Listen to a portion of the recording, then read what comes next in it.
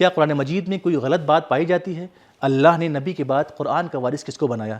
انتخاب کرنا، ذمہ داری دینا کس کا حق ہے؟ آئیے ان سوالات کے جوابات جانتے ہیں آج کے ایپیسوڈ میں۔ بسم اللہ الرحمن الرحیم۔ ناظرین محترم، السلام علیکم ورحمۃ اللہ وبرکاتہ۔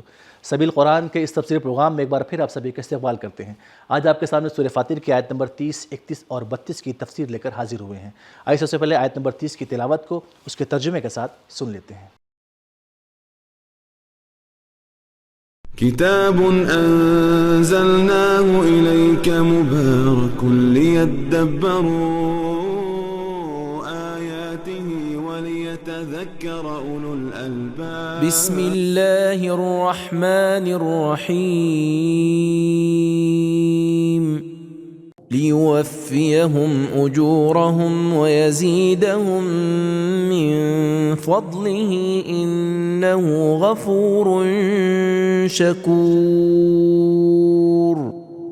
تاکہ خدا انہیں ان کی مزدوریاں بھرپور عطا کرے، بلکہ اپنے فضل و کرم سے کچھ اور بڑھا دے گا۔ بے شک وہ بڑا بخشنے والا اور بڑا قدردان ہے۔ اب آئیے سورہ فاتر کی آیت نمبر 30 میں موجود ایک نقطے کو بھی جان لیتے ہیں۔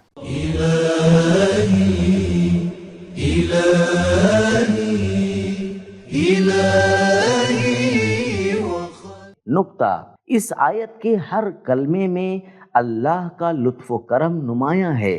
مکمل اور بھرپور مزدوری، لیوفیہم، سرمایہ اور عمل کی توفیق اللہ ہی کی طرف سے ہے، مگر اس کے باوجود مزدوری کی نسبت انسانوں کی طرف دی ہے۔ اجورہم، اللہ کی طرف سے لطف و کرم اور مزدوری میں اضافہ۔ یزیدہم من فضلہ، اب آئیے سورہ فاتر کی آیت نمبر 30 کے پیغامات کو بھی بغور سن لیتے ہیں۔ كتاب أنزلناه إليك مبارك ليدبروا۔ پیغام نمبر 1، اللہ سے اجر و ثواب لینے کے لیے عمل کرنے سے خلوص پر کوئی اثر نہیں پڑتا۔ نمبر 2، اللہ مزدوری تو دیتا ہی ہے، اس کے ساتھ ساتھ اضافی بھی دیتا ہے۔ نمبر 3، مکمل اجر اللہ کے قدردان ہونے کی وجہ سے ملتا ہے۔ نمبر 4، پروردگار عالم لوگوں کی کوششوں کی قدردانی کرتا ہے اور اس کی غلطیوں کو معاف کر دیتا ہے۔ ہمیں بھی چاہیے کہ لوگوں کی خدمت کی قدردانی کریں اور ان کی غلطیوں کو نظر انداز کریں۔ اب آئیے سورہ فاتر کی آیت نمبر 31 کی تلاوت کو اس کے ترجمے کے ساتھ سن لیتے ہیں۔ والذی اوحینا الیک من الکتاب هو الحق مصدقا لما بین یدیہ ان اللہ بعباده لخبیر بصیر۔ اور ہم نے جو کتاب تمہارے پاس وحی کے ذریعے بھیجی وہ بالکل ٹھیک ہے، اور جو کتابیں اس سے پہلے کی اس کے سامنے موجود ہیں ان کی بھی تصدیق کرتی ہے۔ بے شک خدا اپنے بندوں کے حالات سے خوب واقف ہے اور دیکھ رہا ہے۔ سورہ فاتر کی آیت نمبر 31 میں خداوند الرحمن الرحیم نے اپنے بندوں کے لیے کچھ اہم پیغامات رکھے ہیں۔ آئیے سن لیتے ہیں ان اہم پیغامات کو بھی۔ كتاب أنزلناه إليك مبارك ليدبروا۔ پیغام نمبر 1، قرآن میں کوئی غلط بات، خرافات اور غیر منطقی بات نہیں ہے۔ نمبر 2، ہر بات اور ہر کتاب کی حقانیت کا معیار قرآن مجید ہے۔ نمبر 3، آسمانی کتابیں ایک دوسرے کی تائید کرتی ہیں۔ نمبر 4، انسان کو وحی کی ضرورت ہے اور اللہ اسے جانتا ہے اور یہ بھی جانتا ہے کہ کون وحی دریافت کرنے کے لائق ہے۔ خبیر یعنی باطن کو جاننے والا اور بصیر یعنی ظاہر کو جاننے والا۔ اب آئیے سورہ فاتر کی آیت نمبر 32 کی تلاوت کو اس کے ترجمے کے ساتھ سن لیتے ہیں۔ ثم أورثنا الكتاب الذين اصطفينا من عبادنا فمنهم ظالم لنفسه ومنهم مقتصد ومنهم سابق بالخيرات بإذن الله ذلك هو الفضل الكبير۔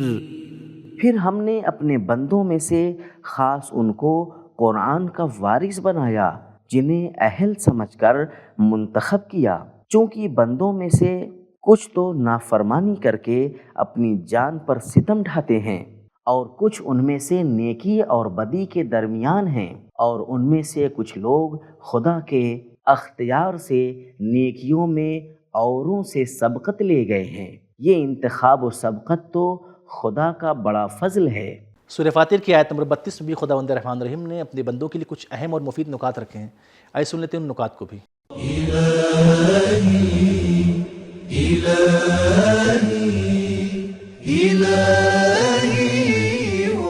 نکات۔ اس آیت کے بارے میں مختلف اقوال میں سے میں نے جس کا انتخاب کیا ہے اور جو روایتوں کے مطابق بھی ہے وہ یہ ہے کہ اللہ فرماتا ہے، ہم نے اپنے نبی کے بعد اپنے چنے ہوئے بندوں یعنی حضرت فاطمہ زہرا سلام اللہ علیہا کی ذریت سے جو معصومین ہیں انہیں قرآن کا وارث بنایا ہے، اور ہم نے اس لیے منتخب شدہ بندوں کو قرآن کا علم دیا کیونکہ کچھ لوگ ظالم، کچھ لوگ درمیانی، اور روایتوں کے مطابق کچھ لوگ پیغمبر کے اہل بیت ہیں جو ہر نیک کام میں آگے آگے رہتے ہیں، اور صرف یہ اہل بیت ہی منتخب شدہ لوگ ہیں، سب نہیں۔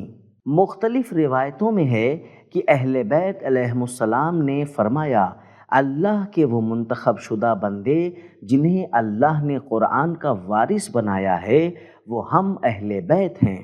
تفسیر نور الثقلین۔ سورہ فاتر کی آیت نمبر 32 کی تلاوت، ترجمہ، اس کے نکات کو جان لینے کے بعد اب آئیے اس آیت کے پیغامات کو بھی جان لیتے ہیں۔ كتاب أنزلناه إليك مبارك ليدبروا۔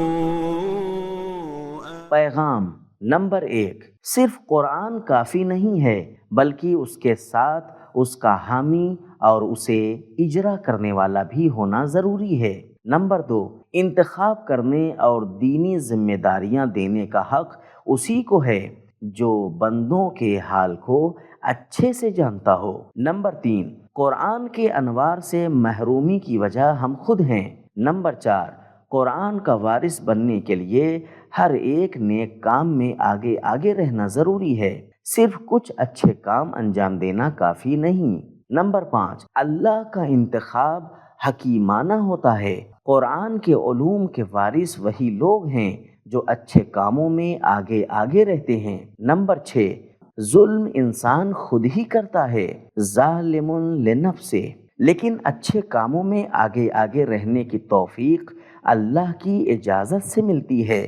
نمبر 7، قرآن کا وارث بننا اللہ کا عظیم فضل و کرم ہے۔ تو ناظرین، ہم نے جانا کہ قرآن مجید میں کوئی غلط بات، خرافات نہیں ہے، اور نبی صلی اللہ علیہ وسلم کے بعد اللہ نے اہل بیت کو قرآن کا وارث بنایا، اور انتخاب کرنا، ذمہ داری دینے کا حق اس کو ہے جو بندوں کے حال کو اچھے سے جانتا ہے۔ تو ہمارا آج کا ایپیسوڈ ختم ہوا، ملتے ہیں اگلے ایپیسوڈ میں، تب تک کے لیے خدا حافظ۔